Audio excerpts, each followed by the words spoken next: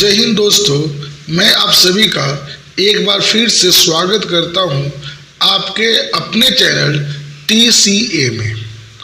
अभी चर्चा का विषय बना हुआ है यूनिफॉर्म सिविल कोड।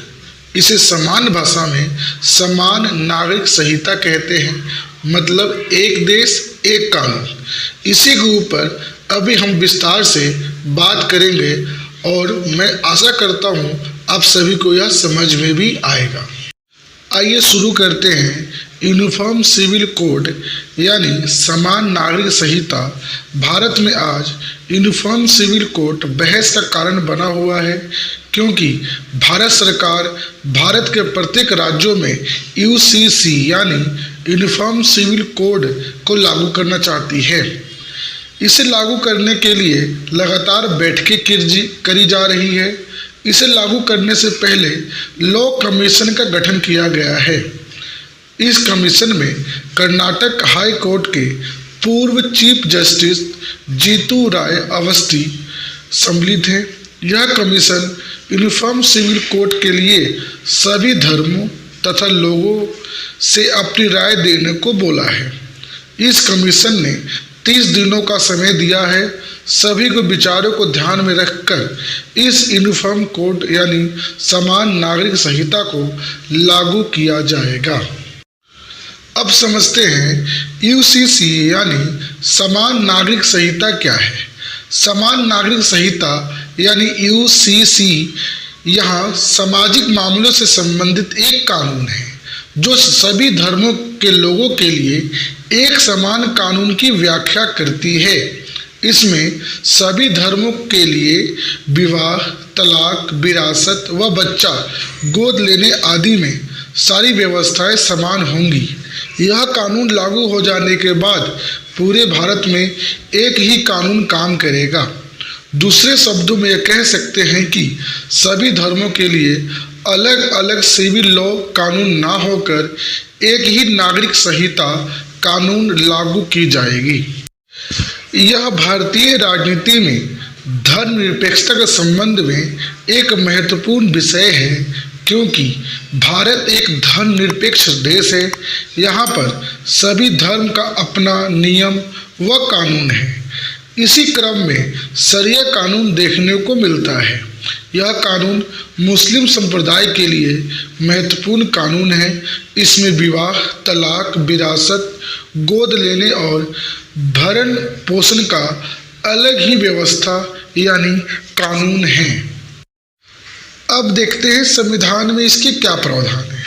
भारतीय संविधान के अनुच्छेद 25 से 28 तक भारत के सभी नागरिकों को धार्मिक स्वतंत्रता की गारंटी देता है और धार्मिक समूह को स्वयं के धार्मिक मामलों का प्रबंधन करने की अनुमति देता है। परंतु संविधान के अनुच्छेद 44 में यह कहा गया है कि सभी नागरिकों के लिए समान नागरिक संहिता लागू करना सरकार का दायित्व है। मतलब अगर राज्य सरकार चाहे तो वह अपने राज्य में इस कानून को लागू करने व स्थगित करने का पूरा अधिकार रखती है। अब बात करते हैं इसके इतिहास के बारे में। आप सभी को पता है कि भविष्य में कोई भी घटना घटती है उसके पीछे इतिहास ही जिम्मेदार रहता है।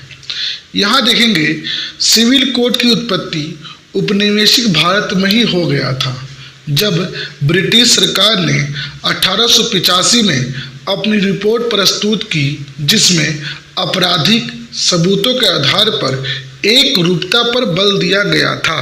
मतलब एक अपराध के लिए एक समान दंड का प्रावधान किया गया। इसमें किसी भी धर्म के साथ भेदभाव नहीं किया जाएगा। इस रिपोर्ट में विशेष रूप से हिंदू व मुस्लिम को इसमें सम्मिलित किया गया था, परंतु यह कानून आपराधिक मामलों तक ही सीमित था।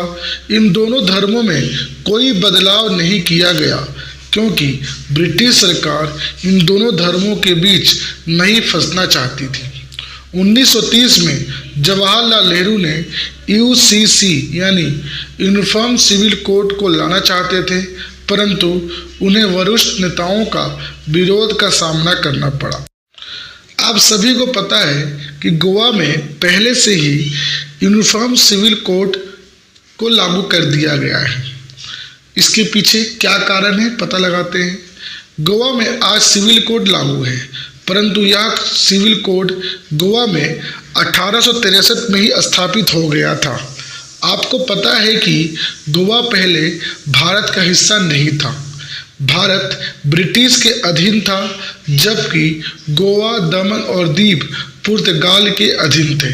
पुर्तगालियों ने 1867 में ही इस कानून को अपने अपने उपनिवेशों पर लागू कर दिया। उपनिवेश का मतलब होता है किसी को गुलाम बनाना।